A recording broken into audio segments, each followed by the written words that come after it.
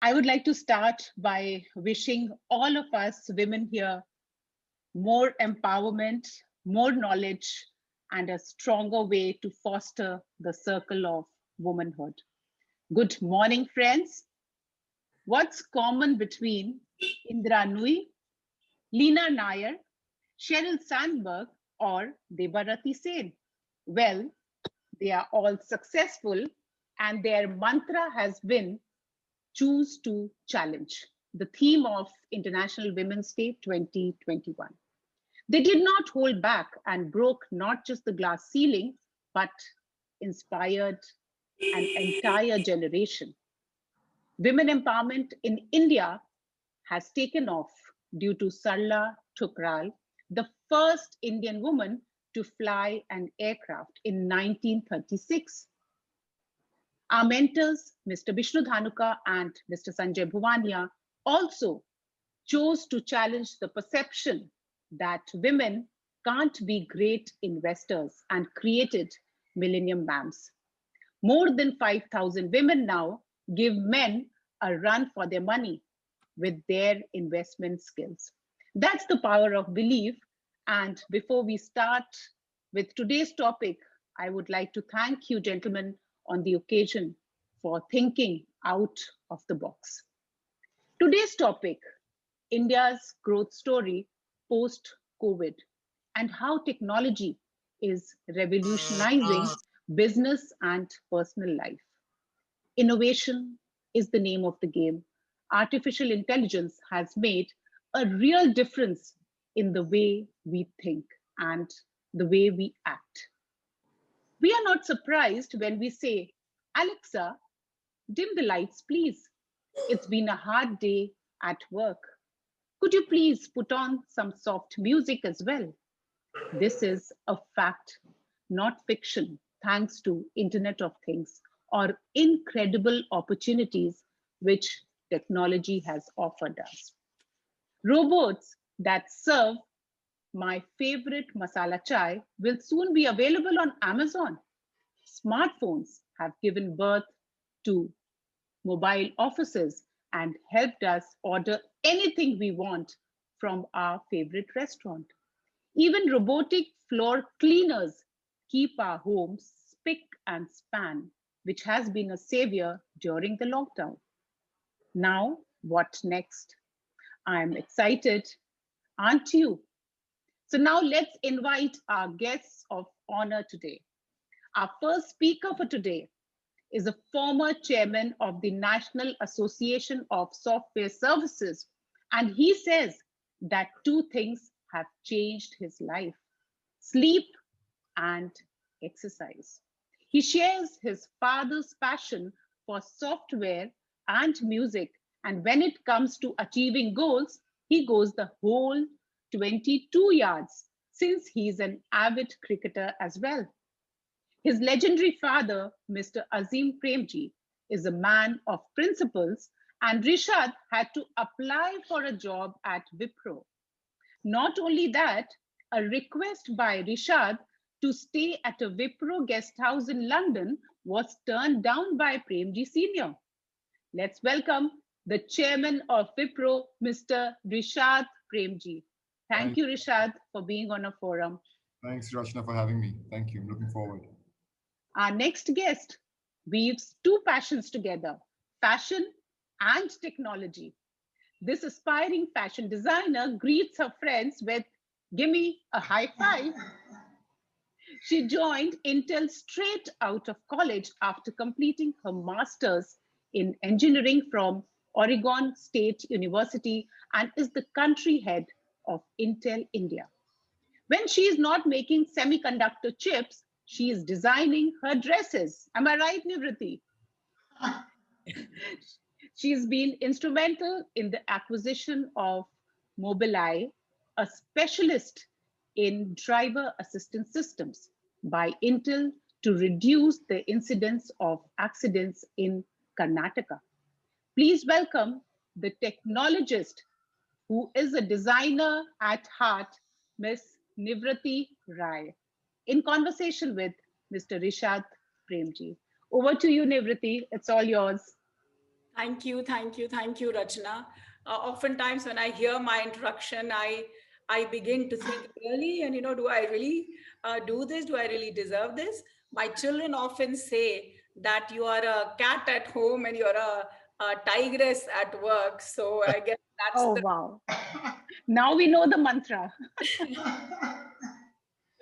so that's who I am. I'm, a family of lots of women. So women are very special to me. Since you've already introduced Rishad, let me try to introduce Rishad in a way that I know him. I must tell you that I got to know him through NASCOM, where he was the president NASCOM, as well as he's part of the member of what is called EC. It's elected council, so it's like a board membership. So both he and I are there. I would like to introduce Rishad as somebody who's extremely humble, who's extremely simple, and philanthropy is his DNA. And a little more about why I call him humble and simple and philanthropy. You all know about his father. His father is talked about a lot. All of us know about him. His father last year, just for information, it becomes easy for us to remember. In the year 2020, he donated to charity the sum of $3 million a day. $3 million a day. Amazing. That's where Rishad gets the DNA. And as a result, so I'm going to start with the philanthropy DNA. He donated $160 million for the cause of COVID, which we are all just talking about, through Azim Premji Foundation. And all of this was driven under his chairmanship. So philanthropy, I think I don't need to speak much about. As part of NASCOM, we all traveled to Varanasi. And I'll stop the introduction because otherwise it'll turn up to be just me talking. Yes, I have so much to say about Rishad. I'll tell you, we walked barefoot in the gullies of Varanasi. We had 5 rupees ki chai, 5 rupees tea for people who don't understand in Hindi. And then we had 10 rupees ki chaat at the Thela place. And this is a man who was born with a golden spoon in his mouth. We talk about silver spoon. His father was, one of the richest of the world. So he was born with a golden, perhaps diamond studded spoon. That's what Rishad Premji to me is. So, welcome, Rishad.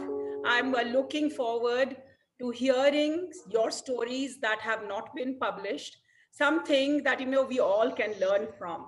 So, I want to start with while he went to Wesleyan, got his economics degree, he went to Harvard, like the diamond spoon he was born with. He had many women in his life, and I will take the liberty to name some, Rishad. His grandmother, Srimati Gulbanu Premji, his mother, Yasmin Premji, his wife, Aditi, and his daughter, Ria.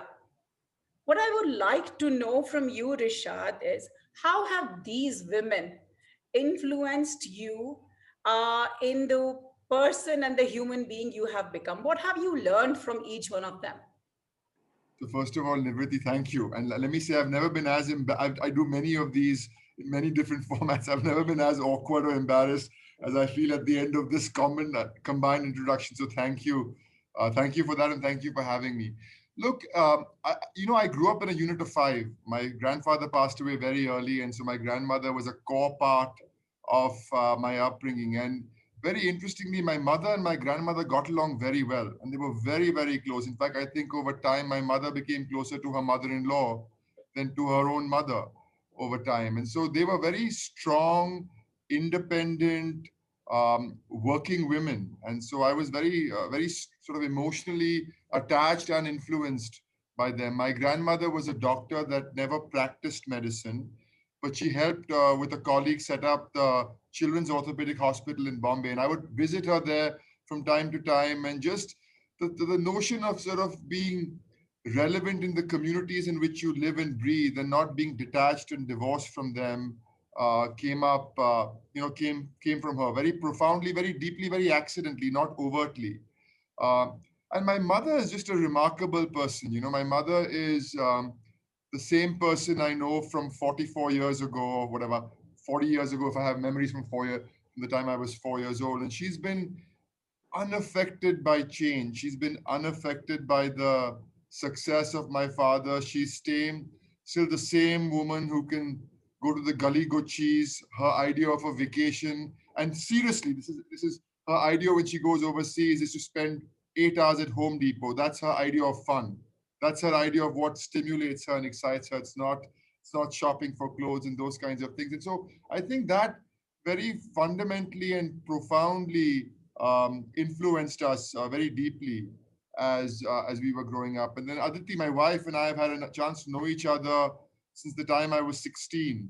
So I've known her in a time and place in my life when things were very different. And what we realized is, despite our very different upbringings, our sense of values and what we thought was right and wrong, and the way we thought about life and thought about the way we wanted to raise our children is very, very common.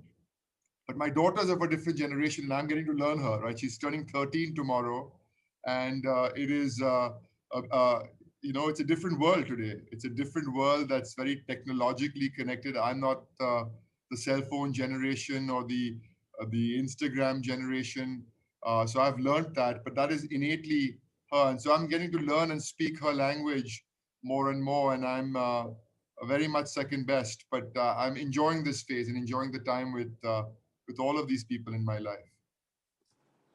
Um, so, introspecting with what you learned from all these, fantastic, wonderful women, what are some of the um, learnings have you been applying in Wipro for the women in Wipro? I want to make a broader point on diversity because I had a major awakening, frankly, just maybe 12, 18 months ago, right? Where I was talking to one of my mentors and he said to me, I was telling him, I'm looking to recruit senior people. And one of the things I look for when I look for people is I look for commonality. I look for things that I have something in common with, somebody I can have a coffee with, somebody I can enjoy a drink with in the evening, somebody where I see common ground. And he said to me, that is actually the worst way of recruiting people. You should look for people who are exactly the opposite of you, who are very different from you, who challenge you, who make you uncomfortable, right? They are very functional, so they're not dysfunctional, but they challenge you and they make you very, very uncomfortable. And so you find that in diversity. You find that in diversity of experiences, of mindset, of gender, of ethnicity, of social orientation. And so I have really seen and tried to apply this over the last 12, 18 months in my life, just looking for people who are very, very different from me and have very, very different experiences. And certainly gender plays an incredibly important role in that. Our CEO today is a Frenchman, and I joke with him. I said, 15 months ago, if you would ask me that I would see a Frenchman running Wipro, I would have said, I don't somehow see that working out, right? But his value system is so fundamentally similar to ours, and his experiences are very different from mine. And so they add great complementarity. So we've been trying to apply this principle in trying to bring a very strong, diverse orientation and mindset to the table. And I would strongly encourage people to think about that. It's not about comfort, it's about different ideas that come to the table.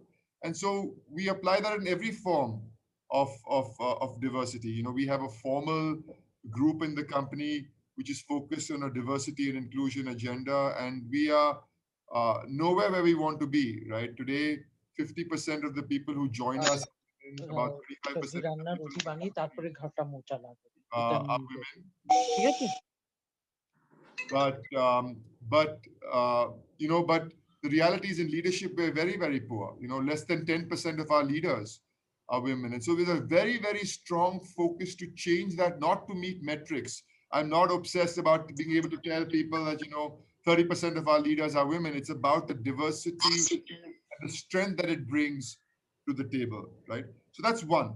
Two is, I think COVID has helped, Nivriti, in a certain Yes. way. It's helped, I find, very profoundly. So one is the future of work has changed, and we can talk about that a little bit. But what I find what COVID has enabled us to do by working in this model that nobody would have discovered if it wasn't for COVID It allows us to be much, much more inclusive, because I find today that while we want people to come back, and we can talk about that, we can be much more inclusive of women who need to have the flexibility of being able to work from home at times, right? And being able to bring them into our workforce, so that 50% that start with us and the 35% of the company, even at a leadership level, can stay as women go away and have families and want to come back, but don't have the ability to come back 5 days a week, right? And it also, I think, allows us to be more inclusive for people who live in smaller towns and cities, because the reality is today, while we at Wipro are based maybe in 12 or 13 locations in India, the reality is at the moment we have people working from 700 different locations in the country in small tier two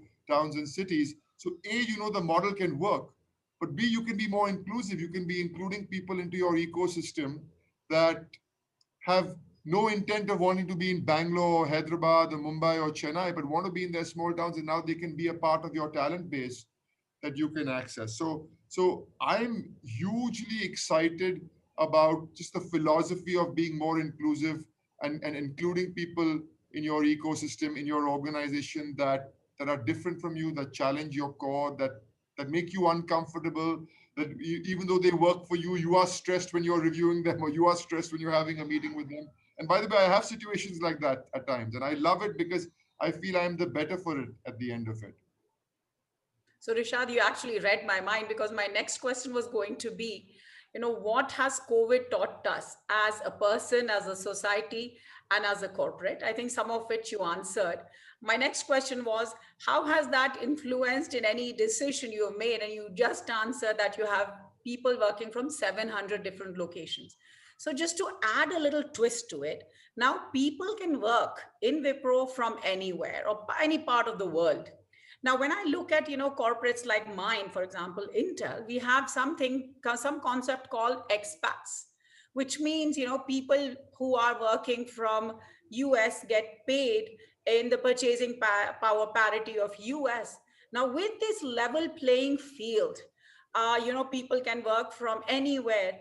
Do you foresee that somebody working in Wipro in United States from India could be paid if he's creating, or he or she is creating value in the terms like you would pay a US employee? Yeah. No, it's a great question, Nivriti, and I will tell you at the moment the answer is no, right? Because the reality is, while you are all working from home, your cost of living in different locations is different. So the reality is, you go back and shop at your grocery store in Bangalore, somebody else goes back and shops at their grocery store in Cincinnati. The average cost of living in those locations are different. So I don't see that yet, right?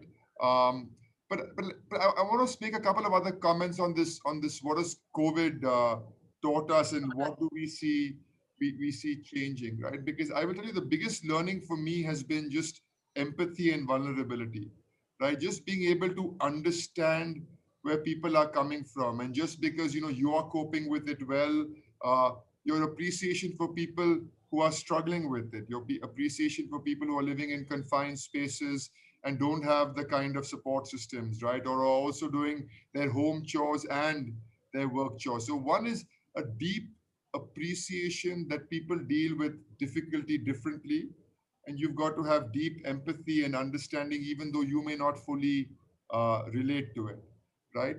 Two is, as I said, it's given us the opportunity to be able to work from home and ultimately create a model that can work from home in the long term. But I am very keen that people come back to the office. And so what we have said to ourselves is that we want all of our people to come back some of the time, and some of our people to work from home, all of our people to work from home some of the time as well, right? But we want to have it in such a way where there is some sort of rotation. So we don't want Nivriti to come in Monday, Tuesday, Wednesday, and only see the people that come in Monday, Tuesday, Wednesday, right? We want her to be able to engage with people across the board. So it's incredibly important people come together, but you provide that flexibility. And I'm a huge believer that people should come together for two reasons. One is for culture. I find organizations breathe and grow when people come together, right? Organizations breathe and grow when you gossip over the water cooler, or over the coffee that you have, or over lunch, and discuss what's working and what's not working inside of the organization. It's hugely, hugely important for the way organizations grow. And right, if I think about something like Wipro, where we hire about 15,000 new people a year, we replace about 15,000 people that leave us every year. So we have a net 30,000 new people joining us on a base of roughly 1,90,000 or 2 lakh people. That's not a small number.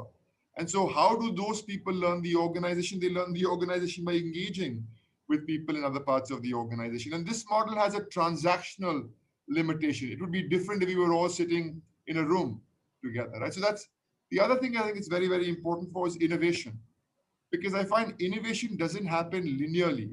So you can't get onto a Zoom call and spend an hour together and say, let's innovate, right? Innovation oftentimes happens when you're incredibly frustrated, when there's downtime, when you're sitting in a room and you're not having fun, right? And suddenly something sparks, and then you guys get together because you all happen to be sitting in the same room, etc., etc. So I think COVID has taught me the importance of being able to work from home and have a model, but also the necessity for people to get together for many reasons as well.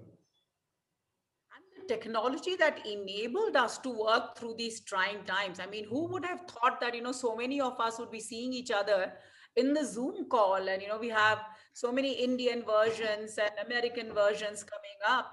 So the ability of a fast forwarding technology to make the world run, I Yeah. think was an amazing experience that we had. So Rishad, knowing that, technology has been in an accelerated adoption mode. My parents, for example, would always want to feel the torai and the tomato, and then they would want to buy it. But now they're using, the Happy Buddha and all those kind of organic vegetable places. So my ask to you, Rishad, is what and how do you think a country like ours should take advantage of the fast pace of technology adoption, take advantage of many of the geopolitical issues that are happening, take advantage of the fact that we have 50% of women going into STEM education at undergraduate level and drive the growth of our country and the world. Yeah. So Niviti, a couple of things. One is I hope we don't, as a country and countries overall, don't shut their borders, right? I think it'll be the worst thing for Yeah. innovation and growth technologically or not. So while there's a tendency today to be able to be very myopic or very closed and allow your borders to shut down, and you can actually physically see that in terms of mobility of people. I hope that doesn't happen fundamentally in the long term, because I don't think that's good for business, right? I think technology has a tremendous role to play. And as you said, India is really the talent base for technology, and we can really become the technology talent base of the world. And it's a huge opportunity for us as a country. The wonderful thing, as you know well, Niviti, is that the government recognizes that as well. The government is incredibly supportive, that they realize what has helped the technology industry, which has been a brand for Brand India, at some level grow. What it needs to grow going forward is very different. And so, really providing the support for India to become a talent base for technology for the future is incredible. And you've seen things like, I don't know if people are familiar, but the Future Skills program, where there's a huge effort through NASSCOM, which is the industry association, to reskill in its first phase 2 million of the 4 million people that work for the industry. We've just launched something called Future Skills Prime, which is available to everybody, and people can go in and upgrade their technology understanding. Because today, I think if you don't understand the fundamentals of technology, you'll perhaps get left behind, right? The other advantage of technology, Niviti, which is very basic, but to me very profound, is it's a democratizer of information. The fact that all of us can have access to information on our mobile phones, whether we're sitting in Bareilly or sitting in Bangalore, is incredibly powerful, because historically, power has come from information.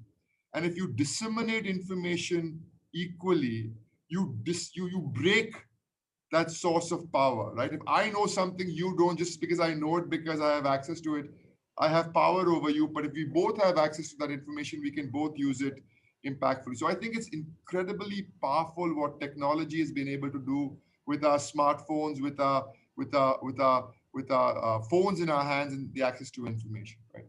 So that's one thing I think that is very powerful, and I hopefully we continue to build on it. And then there are other things that we can do to provide our communities better support. I think citizenry services, for example, that we can provide to our communities. We've seen everything that's happened with direct benefit transfer and the power of that, which I don't know if all of us fully appreciate how incredible it is to be able to transfer something directly into somebody's bank account, right? To be able to provide access to cooking gas in a very structured manner, or the ability as we move forward with just remote healthcare and patient care, right, can be incredibly, incredibly powerful. So there are tremendous use cases of what we as a country can be doing with technology. But if you ask me, the things I'm most excited about is the talent base, right, that we can be building, and just the equalization we can be driving with access to information to everyone. So, Rishad, my Uh, next question is Nivriti, let me intervene. It is 11:25, so you asked us to remind you. yes. Okay. Let me ask just one last question and then Yes, I will yes, open it for the floor. yes, yes, yes. So, Rishad, you recently acquired a $1.5 billion UK company. And I know, your intentions with the banking sector, consulting sector. There are millennial mams also supports a lot of, incubation, entrepreneurship. I want you to tell us three vectors of success that our entrepreneurs should look at to, be successful. You are a 9-10 billion dollar company. Can you give us three mantras of success to entrepreneurs? And the last question I want to ask is, what is your leadership philosophy as Rishad Premji? Looking at, where you started, Rishad, many people aspire to end there. So, you have different leadership philosophies to run from where you are starting. So, I want to hear your leadership philosophy. And then I want to have you give us three mantras of success for a lot of us entrepreneurs. Absolutely. I've been unfairly blessed in life, and I got lucky, and I ended up in the. I just won the lottery in life, But so in terms of starting off, because I've started off with the opportunity to help a big company get bigger than starting from scratch. So, but let me just say a couple of things on entrepreneurship, right? And I think what I look for when I look at entrepreneurs.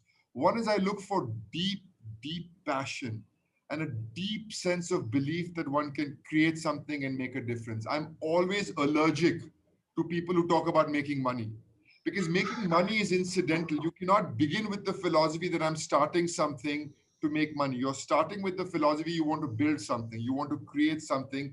And if you do that well, then you will see success, right? So I'm always very nervous when the first conversation I have with somebody is talking about how they can be throwing out big numbers and big opportunities and creating a huge amount of wealth. So the one is, I think, having a deep passion for creating something.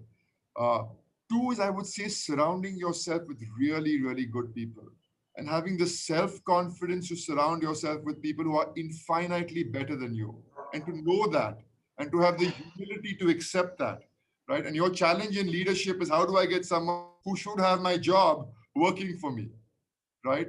I think that's incredibly, incredibly important. So I would say those are two things that come to mind to me that are very, very important. Having a sense of deep passion and deep commitment, and then surrounding yourself with really smart people, and then having a very strong sense of resilience. Because again, it's a bumpy, unpleasant ride, and you have to stay focused, and you have challenges every nook and corner, and every day is a difficult day, and you have to have a deep sense of just thick-skinned commitment to what you feel, and riding that course.